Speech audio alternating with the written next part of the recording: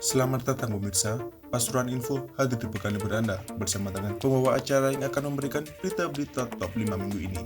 Dari pelari asal Jakarta yang 3 hari hilang di Gunung Arjuna ditemukan, hingga remaja asal Gempol tenggelam di bekas galian situ.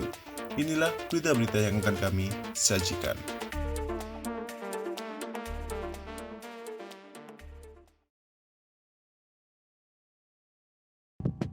Satu unit mobil minibus yang mengangkut satu keluarga menabrak truk mogok di ruas jalan tol Gempol Pasuruan atau Gempas Senin 4 Juli. Akibatnya, ibu dan anak tewas akibat terluka parah, sementara dua lainnya mengalami luka-luka dan dilarikan ke rumah sakit terdekat.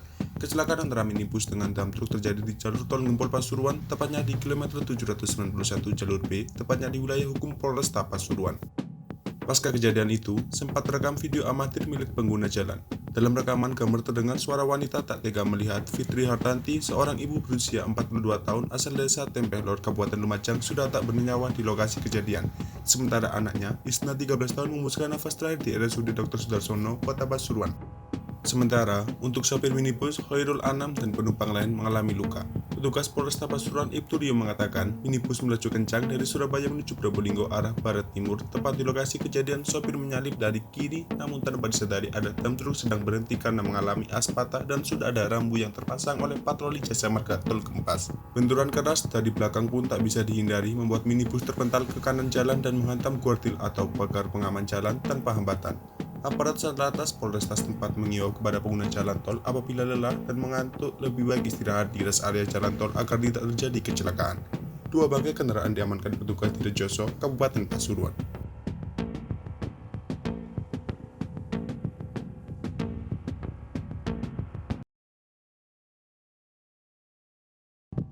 Yurbianto Basri, 46 tahun, pelari maraton asal Jakarta Selatan ditemukan dalam kondisi selamat pada Selasa 5 Juli sekitar pukul 9 malam di lembah Gunung Arjuno. Sebelumnya, dia dilaporkan hilang sejak Sabtu 2 Juli malam.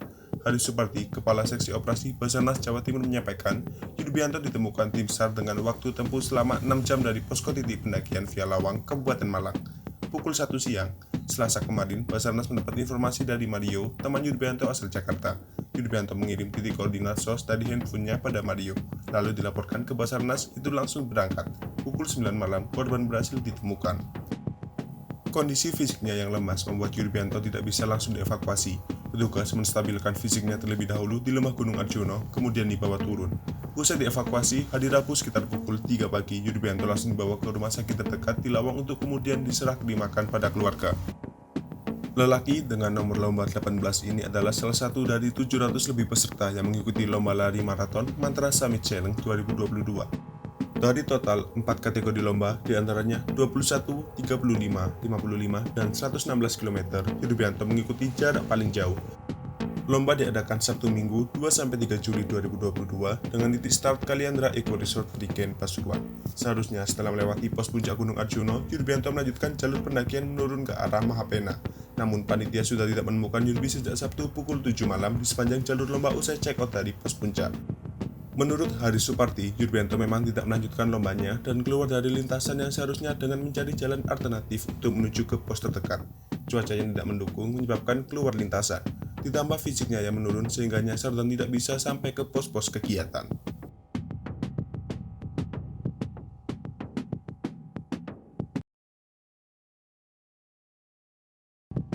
Naas, seorang remaja tewas di dalam lubang galian situ. Remaja bernama Sugiono, 29 tahun ini merupakan warga desa Bulusari, Kecamatan Gempol, Kabupaten Pasuruan. Hal ini dibenarkan oleh Kanit Reskrim Polsek Gempol, Ibtu Khairul Anam. Anam mengatakan bahwa kejadian itu terjadi pada Rabu 6 Juli sekitar pukul 12 siang. Anam menjelaskan bahwa saat kejadian tersebut korban hendak mencari hewan kol. Hewan tersebut nantinya akan dibuatkan untuk pakan ternak bebeknya. Namun naas korban terpeleset dan tercebur ke dalam lubang galian sirkus dalam 3 meter. Saat kejadian tersebut terdapat saksi mata bernama Roni yang merupakan adik korban. Menurut Roni yang saat itu juga sedang mencari burung, korban sempat meminta tolong dengan melambaikan tangannya. Melihat hal itu, Roni kemudian mendatangi korban di tempat lokasi.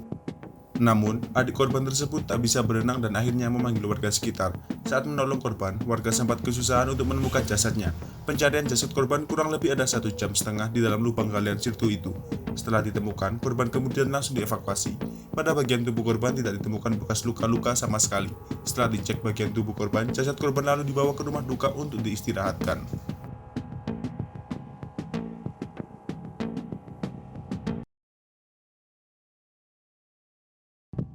Pasokan solar di Kota Pasuruan masih menjadi masalah bagi nelayan. Mereka akhirnya wadul ke Dewan Kamis 7 Juli. Wakil Ketua DPRD Kota Pasuruan, Dedi Cahyopunomo mengungkapkan, sampai saat ini banyak nelayan di Kota Pasuruan kesulitan mendapatkan solar. Bahkan para nelayan menginginkan adanya SPBU nelayan sendiri. Kemudian, politisi Golkar itu menyebut nelayan tidak bebas membeli solar, sebab untuk membeli solar di SPBU, mereka harus menyertakan surat rekomendasi dari Dinas Perikanan. Seandainya satu SPBU kehabisan stok solar dan stok solar baru datang 3 hingga 4 hari mendatang, maka nelayan dipastikan tidak bisa melaut hingga solar datang.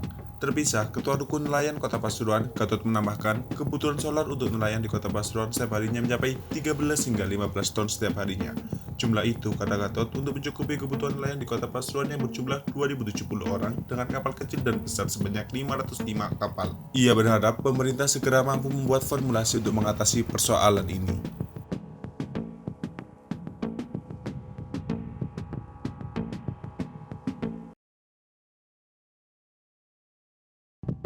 Petugas gabungan melakukan operasi terhadap penjual hewan kurban yang berada di wilayah Kota Pasuruan Jumat 8 Juli. Upaya itu dilakukan untuk memastikan hewan kurban yang dijual ke masyarakat sehat dan bebas PMK. Pantauan di Jalan Gaya Hasyim Asyari, Kecamatan Purworejo atau jalur lintas selatan Kota Pasuruan ada sekitar 8 lapak penjual hewan kurban. Petugas dari TNI, Polri langsung melakukan operasi terhadap satu persatu lapak hewan kurban. Kapolsek Purworejo, Kompol Eni Purwanto mengatakan, hal ini dilakukan untuk memastikan pedagang hewan kurban sudah mempunyai surat keterangan sehat bebas dari penyakit, khususnya penyakit kuku dan mulut. Diterapkannya pengajuan perizinan penjualan hewan juga dalam rangka pengetatan pengawasan jual beli hewan ternak di Kota Pasuruan.